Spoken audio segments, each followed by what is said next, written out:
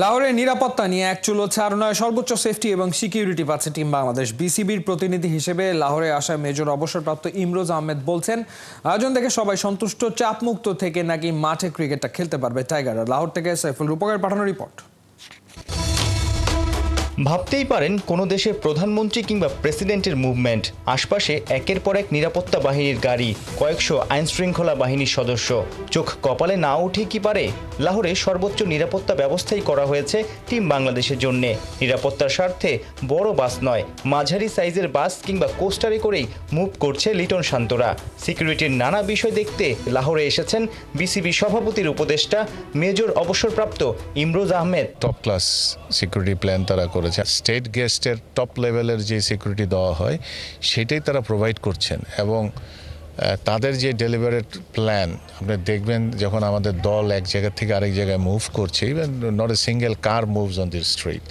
So তারা ততটুক নিশ্চয়তার বিধান করেই দেন দে আর প্রোভাইডিং দি সিকিউরিটি। কোনো স্কোপ দিচ্ছে না কাউকে যে কোনো রকম আপনি নর্মাল ধরেন, আমাদের দেশে তো আমরা আমাদের নর্মাল ট্রাফিকের ভিতর দিয়ে হয়তো স্কট করে নিচ্ছি, এনারা এখানে এই সুযোগটাই নিচ্ছেন না। সাধারণত দেশে বা দেশের বাইরে অনেক জায়গাতেই দেখি যে ক্রিকেটাররা লাঞ্চ বা ডিনার একটু বাইরে গিয়ে বা গেট টুগেদার করে বা একটা দল হয়ে কয়েকজন মিলে যায়। এখানে পাকিস্তানে আসলে ক্রিকেটারদের অবস্থাটা কি? লাঞ্চ অ্যান্ড ডিনারের ক্ষেত্রে তারা কি হোটেলেই করছে না বাইরে যাওয়ার সুযোগ আছে?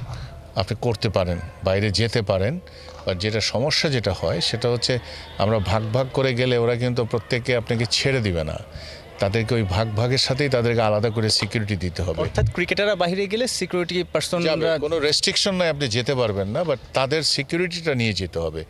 এখন আমরা যখন সিকিউরিটি নিয়ে যাব, আমরা যদি if you split our self into 3-4 groups, তাকে সিকিউরিটিও কিন্তু 3-4 গুণই তার লাগবে, এবং এটাতে দেখা যাবে আমাদের সময়ের ব্যবধানে যদি আমরা তারতম্য থাকে তাহলে আবার তাদের সেই রাস্তা বন্ধ করা সব কিছু তারা হয়তো বা করবেন।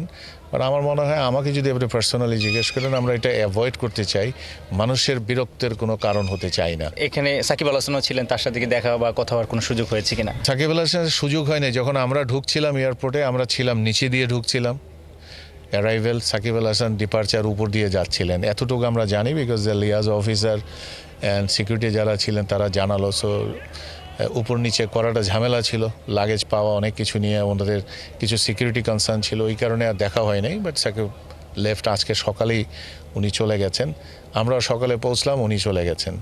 So that's what is the, Shakib আছেন, চলে গেছেন, এতটুকুই জানি, আর দেখা হওয়ার সুযোগ হয়নি। বাংলাদেশের ক্রিকেটেও ছিলেন, এখন নেই।